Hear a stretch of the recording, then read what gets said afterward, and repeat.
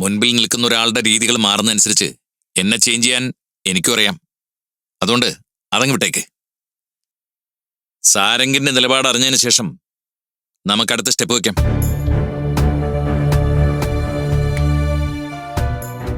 സാരംഗിനോട് സംസാരിക്കുമ്പോ ആനന്ദിനോട് തട്ടിക്കയറുകയാണെങ്കിൽ തിരിച്ച് നല്ലത് പറയണം. അതൊക്കെ നമുക്ക് നോക്കാം. ആദ്യം സാരംഗിന്റെ സ്റ്റാൻഡ് അറിയട്ടെ. പിന്നെ യാമി മോളെ, എന്തെങ്കിലും ടെൻഷൻ തോന്നുകയാണെങ്കിൽ അത് അമ്മയോടോ അനാമിക ആന്റിയോടോ പറയാം. മടിയുണ്ടെങ്കിൽ അങ്കിളിനോടോ പറയാം. ഫോണിൽ സംസാരിച്ചാൽ തീരാത്ത പ്രശ്നമാണെങ്കിൽ അങ്കിളിങ് വരും. ശരി. എന്ത് സംഭവിച്ചാലും അപ്പ തന്നെ എന്നെ വിളിച്ചു പറയണം. പരിഹരിക്കാനാവാത്ത പ്രശ്നങ്ങളില്ലല്ലോ. ധൈര്യമായിട്ടിരിക്കണം. എന്നാ പിന്നെ ഞാൻ ഇറങ്ങിക്കോട്ടെ. Okay Maithili? No no no, വേണ്ട വേണ്ട വേണ്ട. ഒരു യാത്രയെ പിന്നെ ഇനി എല്ലാവരും കൂടി പിന്നാലെ വരുമൊന്നും വേണ്ട. നമ്മൾ തമ്മിൽ അതിനൊന്നും ആവശ്യമില്ല. അപ്പൊ ഓക്കെ.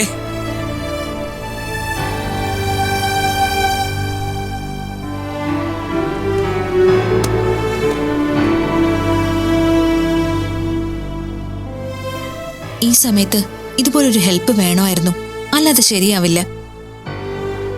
യാമി മോള് തളർന്നിരിക്കുമ്പോ കൂടെ മൈഥിലിയും തളരുമെന്ന് സാരംഗിന് നന്നായിട്ട് അറിയാം. മഹി സംസാരിക്കാൻ ചെല്ലുമ്പോ കയ്യേറ്റം ചെയ്യുമെന്ന പേടി. അതയാൾ ഫേസ് ചെയ്തോളും. അയാളോട്ടും മോശമൊന്നും അല്ലല്ലോ. നീ ധൈര്യമായിട്ടിരിക്കെ.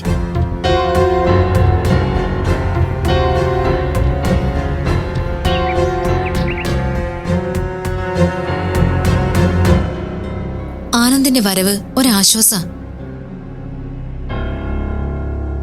അയാള് യാമിയോട് സംസാരിച്ചു കഴിഞ്ഞപ്പോ അവൾക്കൊരു ധൈര്യം കിട്ടിയിട്ടുണ്ട്. വാക്കുകൾ കൊണ്ട് ആശ്വസിപ്പിക്കാൻ അയാൾക്ക് കഴിയുമായിരിക്കും. പക്ഷെ അതുകൊണ്ട് പ്രശ്നം അവസാനിക്കില്ലല്ലോ. സാരംഗിനി എന്ത് ചെയ്യുമെന്ന് നമുക്കറിയില്ല. ഒരു കാര്യം സത്യമല്ലേ രഞ്ജിത്ത്, ആ പയ്യൻ മരിച്ചു പോയിട്ടുണ്ടെങ്കിൽ ആ ബോഡി എവിടെ പോയി? സാരംഗ് കണ്ടിരിക്കുവോ? എന്നിട്ട് എവിടെയെങ്കിലും മാറ്റിയതായിരിക്കുവോ? ഏട്ടാ, ഞാൻ പറയുന്നൊന്ന് കേക്ക്. ഞാനല്ലേ എല്ലാം ചെയ്തേ. ഞാൻ സ്റ്റേഷനിൽ പോയി പോലീസുകാരോട് എല്ലാം പറഞ്ഞോളാം. സംഭവിച്ച എല്ലാം പറഞ്ഞോളാം. അങ്ങനെ നിന്നെ വിട്ടുകൊടുക്കാനായിരുന്നെങ്കിലേ ഈ ചിന്തയുടെ ഒന്നും ആവശ്യം ഉണ്ടായിരുന്നില്ലല്ലോ. നീയും യാമിമോളും ചെയ്തതെന്ന് തെറ്റായിരുന്നെന്ന് ഞങ്ങൾ ആരും പറഞ്ഞിട്ടില്ല. അപ്പോഴത്തെ സാഹചര്യത്തിൽ നിങ്ങളുടെ കയ്യിൽ നിന്ന് പറ്റിപ്പോയി. നമുക്ക് നോക്കാം മോളെ.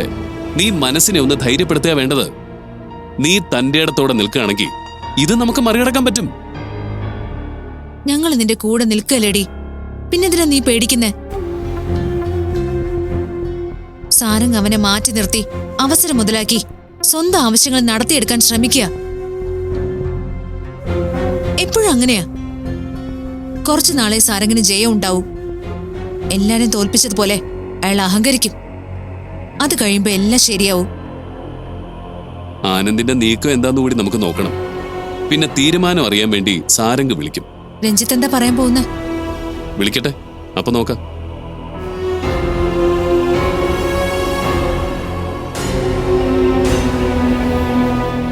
I am really sorry Sarang.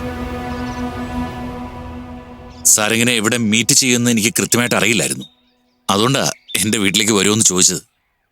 കാണുന്ന എവിടെ വെച്ചാലെന്താ? കാര്യം പറഞ്ഞു. ഞാൻ പറയാൻ ഉദ്ദേശിക്കുന്ന കാര്യം സാരംഗിന് അറിയാം. എനിക്കറിയില്ല. നമ്മൾ തമ്മിൽ വലിയ പരിചയമൊന്നുമില്ലല്ലോ. നിങ്ങളൊരു ബിസിനസ്സുകാരനാണ്, ഞാനും ഒരു ബിസിനസ്സുകാരനാണ്. ഇനി ബിസിനസ് ഡീൽ?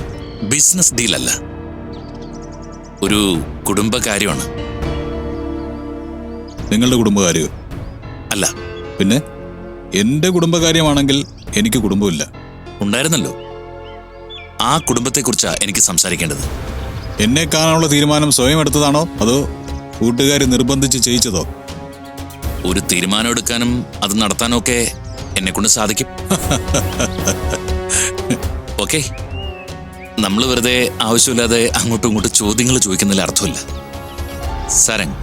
സാരംഗിന്റെ മകൾ വലിയൊരു പ്രശ്നത്തിലാണ്. മറ്റെന്ത് കൺസിഡറേഷൻ മാറ്റിവെച്ചാലും മകൾ എന്ന പരിഗണന സാരംഗിന്റെ മനസ്സിലുണ്ടായേ പറ്റൂ. യാമിയുടെ ഭാഗത്ത് സംഭവിച്ചത് ഒരു വലിയ തെറ്റാണോന്ന് ചോദിച്ചാ വേണമെങ്കിൽ നമ്മുടെ കുഞ്ഞുങ്ങൾക്ക് പറ്റുന്ന ഒരു അബദ്ധം ഒന്ന് ചിന്തിച്ചൂടെ? യാമിയെ നിങ്ങൾ എത്ര തവണ കണ്ടിട്ടുണ്ട്? 2 തവണ. 2 തവണ കണ്ടപ്പോഴേക്കും എല്ലാവർക്കും അങ്ങ് മാർക്കിട്ടു. ആളുകളെ മനസ്സിലാക്കുന്നതിൽ അത്രയ്ക്ക് കേമത്വമുണ്ടോ അതെനിക്ക്? കുറെ കാലം എൻ്റെ കൂടെ ജീവിച്ചതാണ് മൈഥിലി മക്കളും.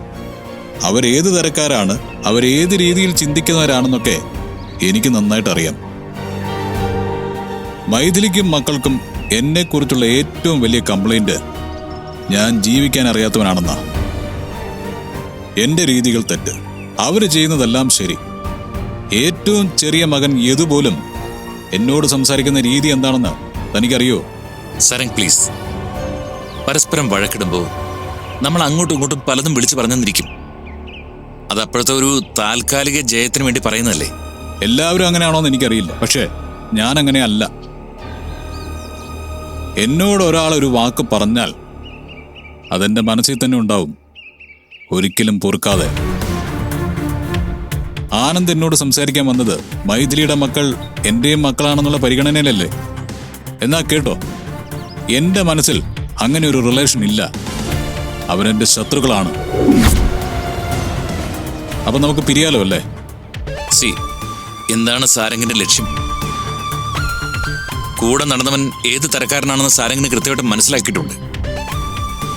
അവൻ കൊല്ലപ്പെട്ടുവെന്ന് ഞാൻ വിശ്വസിക്കുന്നില്ല. ഇനി തന്നെ വിശ്വസിപ്പിക്കാൻ ഞാൻ തെളിവുകൾ ഹാജരാക്കണോ? ഹാജരാക്കാം. അത് ഉൾക്കൊള്ളണം തന്നെ ഇങ്ങോട്ട് പറഞ്ഞയച്ചവർ. നേരത്തെ നമ്മുടെ തുടക്കത്തില് സാരംഗിനോട് ചോദിച്ചൊരു കാര്യമുണ്ടല്ലോ, 2 ബിസിനസ്സുകാർക്കിടയിലുള്ള ഒരു ബിസിനസ് ഡീൽ. ആ വഴിക്കൊന്ന് ചിന്തിച്ചാലോ? സാരംഗിന് എന്തു വേണം? മൈഥിലിയെയും മക്കളെയും ഈ പ്രശ്നത്തിൽ ഉപദ്രവിക്കാതിരിക്കാൻ തനിക്ക് എന്തു വേണമെന്നാണ് എന്റെ ചോദ്യം. താനും കൊള്ളാം, തന്റെ കമ്പനിയും കൊള്ളാം.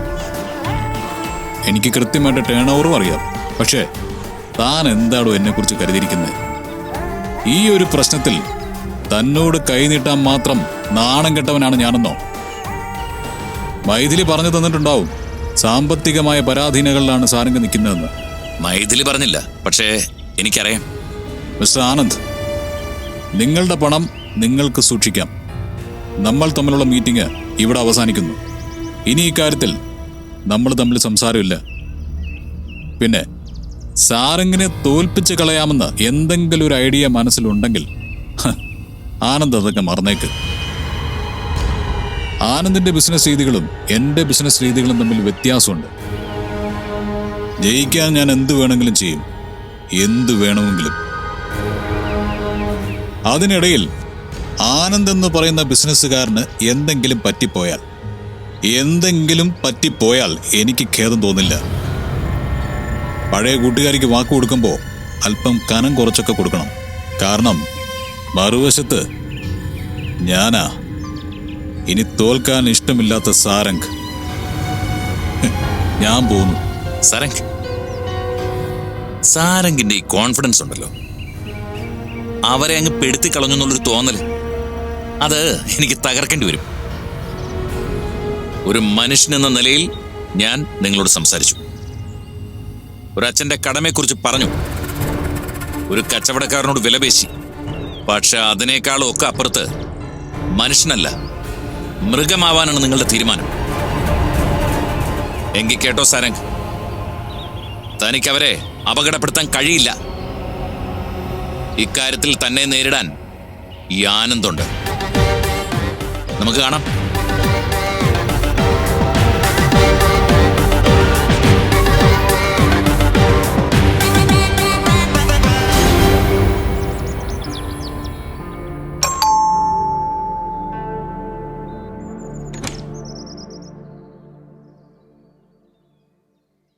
അമ്മായി എന്താ വന്നേ? എനിക്കെന്താ വന്നൂടെ? നീ എന്താ എന്നെ കണ്ട് പേടിച്ചതുപോലെ? ആര് പേടിച്ചു? അല്ല, അമ്മായി ഒരു പ്രതീക്ഷയില്ലാതെ വന്ന് കേറുമ്പോ എന്തെങ്കിലും വിശേഷം പറയാനാണെങ്കിൽ ഒരുപാടുണ്ട്. അമ്മായി വാ.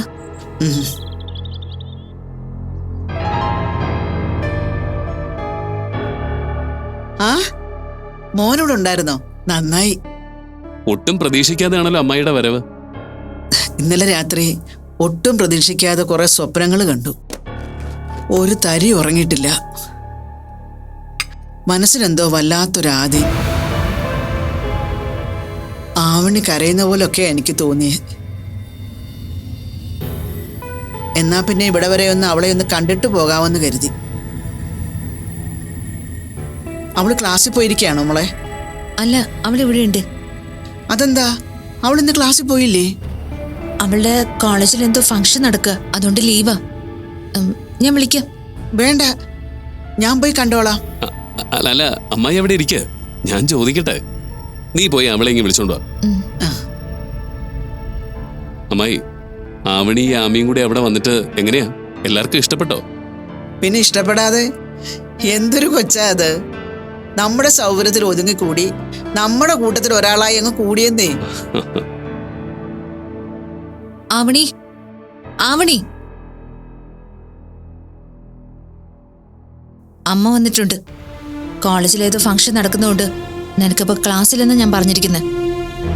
ഇപ്പൊ നീ അമ്മയോടൊന്നും പറയാൻ നിൽക്കണ്ട. ശരി, വാ.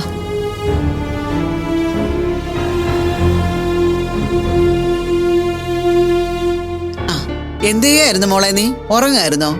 അല്ല, പഠിക്കുമായിരുന്നു. നിന്റെ കണ്ണും മൂക്കൊക്കെ എന്താ വല്ലാണ്ടിരിക്കുന്നേ? എന്താ അസുഖമില്ലേ? എനിക്ക് കുഴപ്പമൊന്നുമില്ലമ്മേ. എന്നാ നീ അമ്മയെ നോക്കിയൊന്ന് ചിരിക്ക്, അല്ലെങ്കിൽ അമ്മായി വിചാരിക്കും ഞങ്ങൾ നിന്നെ നന്നായിട്ട് നോക്കുന്നില്ലെന്ന്. അതിപ്പോ അവള് ചിരിച്ചാലും ചിരിച്ചില്ലെങ്കിലും നിങ്ങൾ അവളെ നന്നായി നോക്കുമെന്ന് എനിക്കറിയാം. അമ്മ ഇന്നലെ എന്തൊക്കെയോ സ്വപ്നങ്ങൾ കണ്ടു മോളെ. രാത്രി മുഴുവൻ എണീറ്റിരുന്നു. വിളിച്ചു ചോദിച്ചാലോ എന്ന് കരുതിയതാ. പിന്നെ നിന്നെ കണ്ടാലേ സമാധാനം കിട്ടൂന്നായി. അമ്മ എന്തിനാ ഇങ്ങനെ പേടിക്കുന്നേ? ഞാൻ ഇവിടെ ഇല്ലേ? അതെ, പക്ഷേ നിന്നെക്കുറിച്ചല്ലാതെ വേറെ ആരെക്കുറിച്ച് എനിക്ക് പേടിക്കാനുള്ളത്? ആരെക്കുറിച്ച് ഓർക്കാനുള്ളത്? ചില നേരത്ത് തോന്നും ഈ പഠിപ്പൊക്കെ വേണ്ടാന്ന് വെച്ചിട്ട് നിന്നെ അങ്ങ് കൊണ്ടുപോയാലോ എന്ന്. ഒറ്റയ്ക്ക് എനിക്ക് മടുത്തിടി. ആ, ഇനിയിപ്പോ 1 കൊല്ലം കൂടിയല്ലേ ഉള്ളൂ. അതാ ഒരു സമാധാനം. അമ്മ ഇങ്ങനെ സങ്കടപ്പെടുന്നതാ ഏറ്റവും വലിയ വിഷമം. അമ്മ ഇന്ന് തന്നെ തിരിച്ചു പോകുന്നുണ്ടോ? അതെന്താ, എന്നെ ഓടിക്കാൻ നിനക്ക് ഇത്ര തിരക്കോ? ഏതായാലും വന്നതല്ലേ, ഞാൻ 2 ദിവസം കഴിഞ്ഞേ പോകുന്നുള്ളൂ. അമ്മായി നിൽക്കുന്നു എന്ന് പറഞ്ഞാല് അതിലും വലിയ സന്തോഷമുള്ള കാര്യമുണ്ടോ? ഭാഗ്യത്തിന് ആവണിക്ക് 2 ദിവസത്തെ ലീവാ. അപ്പതേ നീ അമ്മായിയുടെ സ്വപ്നം കണ്ടുള്ള വിഷമം അങ്ങ് മാറ്റി കൊടുത്തേക്കണം കേട്ടോ. ഇവള് ചിരിക്കുന്നുണ്ട്, സംസാരിക്കുന്നുണ്ട്, പക്ഷേ എന്തോ ഒന്നുള്ളിൽ കിടക്കുന്നത് പോലെ. മക്കൾക്ക് അങ്ങനെ തോന്നിയോ? അതൊക്കെ അമ്മായിക്ക് വെറുതെ തോന്നുന്നത്. അമ്മായി ഒന്ന് ഫ്രഷ് ആയിട്ട് എന്തെങ്കിലും കഴിക്കാൻ നോക്ക്. ആവണി, അമ്മായി റൂമിലേക്ക് കൊണ്ടോ. വാ അമ്മേ.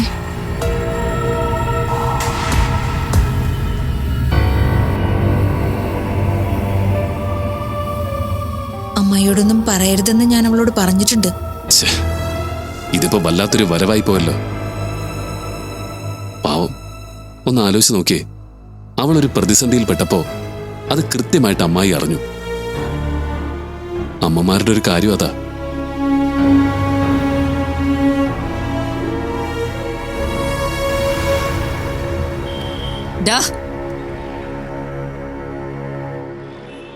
അമ്മ ഇപ്പൊ വരുന്ന വഴിയാണോ?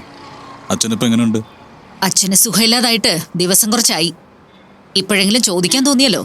ഞാൻ അല്പം തിരക്കിലായിപ്പോയി. എന്ത് തിരക്ക്? എന്ത് തിരക്കാടാ നിനക്ക്? സ്വന്തം മോളെ ദ്രോഹിക്കാനുള്ള തിരക്കല്ലേ?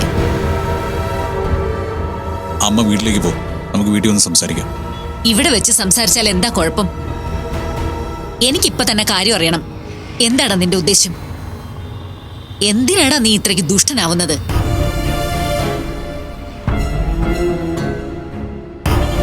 അമ്മ, ആളുകൾ ശ്രദ്ധിക്കുന്നുണ്ട്.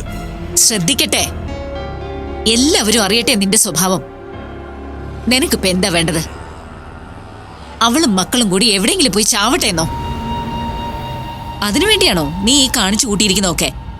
അമ്മ കാര്യം അറിയാതെ വെറുതെ ബഹളം വെക്കണ്ട. കാര്യം എനിക്കറിയാം, അതുകൊണ്ടാ ഈ ചോദിക്കുന്നേ. നീ വീട്ടിലേക്ക് വിളിച്ചു വരുത്തിയ ഒരുത്തൻ അവളെ മക്കളെയും ചതിച്ചു. നീ അവനെ സഹായിക്കാൻ നടക്കുന്നു. ഞാൻ പോകുന്നു, എനിക്ക് തിരക്കുണ്ട്. നിക്ക്. കുടുംബവും കുട്ടികളെ സംരക്ഷിക്കാൻ അറിയാത്ത നീ എവിടേക്കാടാ ഓടുന്നത്? എന്തിനു വേണ്ടിയാടാ? ആർക്ക് വേണ്ടിയാടാ? ഒരു കാര്യം ചെയ്, നീ എൻ്റെ കൂടെ വീട്ടിലേക്ക് വാ. ഞാൻ വന്നോളാം. എന്നെ ഒഴിവാക്കി പോകാനാണെങ്കിലേ എനിക്ക് പറയാനുള്ളത് മുഴുവൻ നീ ഇവിടെ നിന്ന് കേൾക്കേണ്ടി വരും. നിന്റെ ജീവിതം നീയായിട്ട് ഇല്ലാതാക്കി. ഇനി ചുറ്റുമുള്ളവരുടെ ജീവിതം കൂടി ഇല്ലാതാക്കണോ? നിങ്ങൾക്ക് എന്താ പറഞ്ഞാ മനസ്സിലാവാത്തത്? അമ്മയും മോനും ഒക്കെ അങ്ങ് വീട്ടില്, റോഡിൽ അത് പ്രദർശിപ്പിക്കാൻ നിൽക്കണ്ട. നിനക്ക് ചിലപ്പോ വീടിനും റോഡിനും ഒക്കെ വ്യത്യാസം ഉണ്ടാവും. നീ എവിടെ നിന്നാലും നീ എന്റെ മോൻ തന്നെയാ. ഞാനും അച്ഛനൊക്കെ നിനക്ക് കാവൽ നിന്നൊരു സമയമുണ്ടായിരുന്നു. എപ്പോഴെന്നോ? നിനക്ക് അന്തസ്സുള്ളപ്പോ. ഇപ്പൊ അങ്ങനൊരു വാക്കിന്റെ അർത്ഥം അറിയാമോടോ നിനക്ക്? അമ്മ വെറുതെ എന്നെ ദേഷ്യം പിടിപ്പിക്കരുത്. ദേഷ്യം വന്നാ ഞാൻ എങ്ങനെയാ പെരുമാറുമെന്ന് എനിക്ക് തന്നെ അറിയില്ല. നിനക്ക് എന്താ തോന്നുന്നെന്ന് വെച്ച് ചെയ്. നിനക്കെന്നെ ചീത്ത പറയണോ അതോ തല്ലണോ?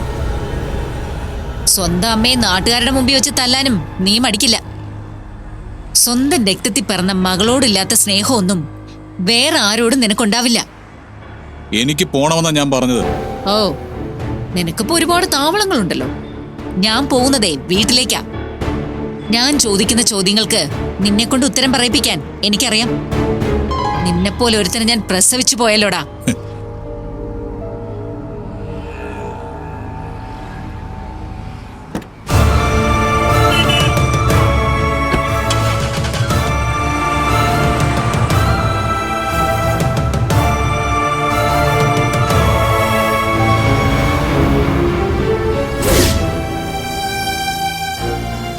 സുമേ, ആ അമ്മ വരുമെന്ന് പറഞ്ഞിരുന്നോ? ഇല്ല. എന്തേ? ഇവിടുത്തെ കാര്യമൊക്കെ അറിഞ്ഞിട്ടാണോ? എല്ലാം അറിഞ്ഞു. എന്തായാലും അമ്മ വന്നത് നന്നായി. മൈഥിലി മാഡത്തിനൊരു സമാധാനം കിട്ടുമല്ലോ. മാഡം, സാറിനിപ്പോ എങ്ങനെയുണ്ട്? ഇപ്പൊ വലിയ കുഴപ്പമില്ല. മരുന്ന് കഴിക്കുന്നുണ്ട്. അമ്മേ,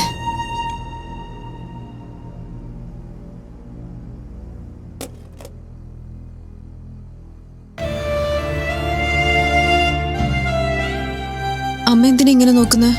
നിനക്ക് വല്ല ക്ഷീണമുണ്ടോ? അമ്മയ്ക്ക് തോന്നുന്നതാവും.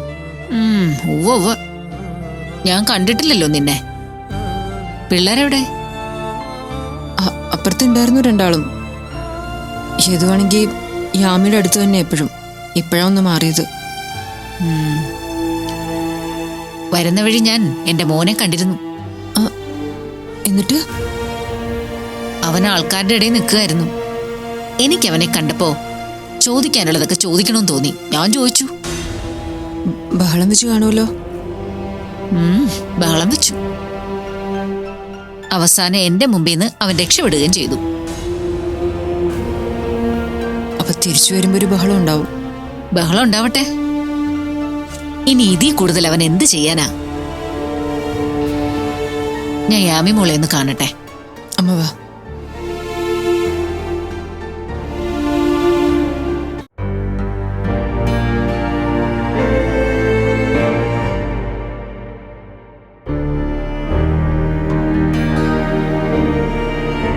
മോളെ,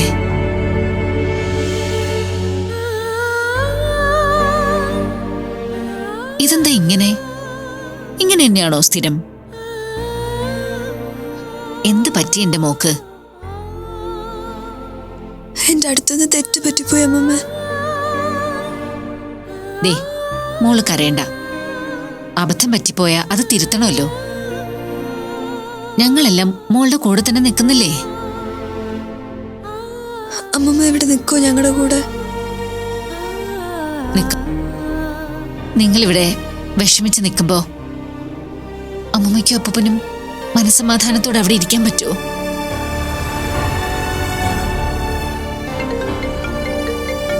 അമ്മ, ഞാൻ ഫോണൊന്ന് നോക്കിട്ട് വരാം.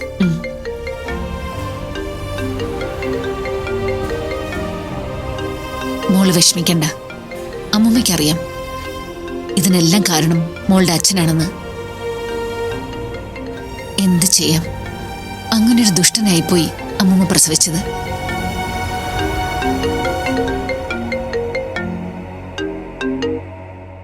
ഹലോ മഹി.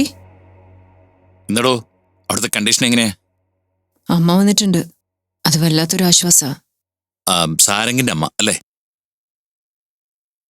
ആ അച്ഛനും അമ്മയും അയാളെ എതിർത്തുകൊണ്ട് തന്റെ കൂടെ നിൽക്കുന്ന ഒറ്റ കാരണം മതി നാട്ടുകാർക്ക് നിങ്ങൾ തമ്മിലുള്ള വ്യത്യാസം മനസ്സിലാക്കാൻ. അവരെന്റെ കൂടെ നിൽക്കുന്നതിനുള്ള വൈരാഗ്യമുണ്ട്. എടോ, ഞാനിപ്പോൾ വിളിച്ച കാര്യം എന്താന്ന് വെച്ചാ, ഈ രാഹുലിന്റെ വിഷയത്തിൽ ഞാനൊരു അന്വേഷണം നടത്തി നോക്കി.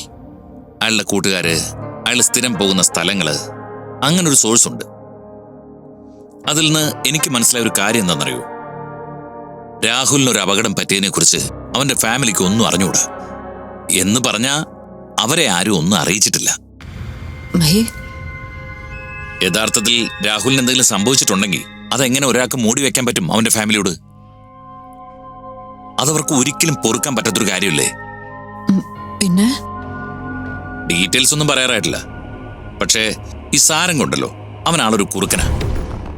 തന്നെ മോളെ മാത്രമല്ല, ഒരേ സമയം ഒരുപാട് പേരെ അയാൾ വേട്ടയാടുകയാണോന്ന് എനിക്ക് സംശയമുണ്ട്. മഹി, എനിക്കിപ്പോ എന്താ ചെയ്യാൻ കഴിയാ? താൻ ഈ കാര്യത്തിൽ ഒന്നും ചെയ്യാനില്ല. കുറച്ചുകൂടിയൊക്കെ ഡീപ്പായിട്ട് ഞാനൊന്ന് നോക്കട്ടെ. കള്ളത്തരമാണെങ്കിൽ അത് കൈയോടെ പിടിക്കണം. സൂക്ഷിക്കണം. സാരംഗിന്റെ പ്രതികരണം എങ്ങനെയൊക്കെ ആവുമെന്ന് എനിക്കറിയില്ല. സാരമില്ല, യാമോൾക്ക് വേണ്ടിയല്ലേ. എന്നെ കൊണ്ട് പോകാവുന്ന അത്രയും ദൂരം ഞാൻ പോവും. ചെയ്യാവുന്നൊക്കെ ചെയ്യും. ഞാനവളോട് വെറുതെ വാക്ക് പറഞ്ഞതല്ല.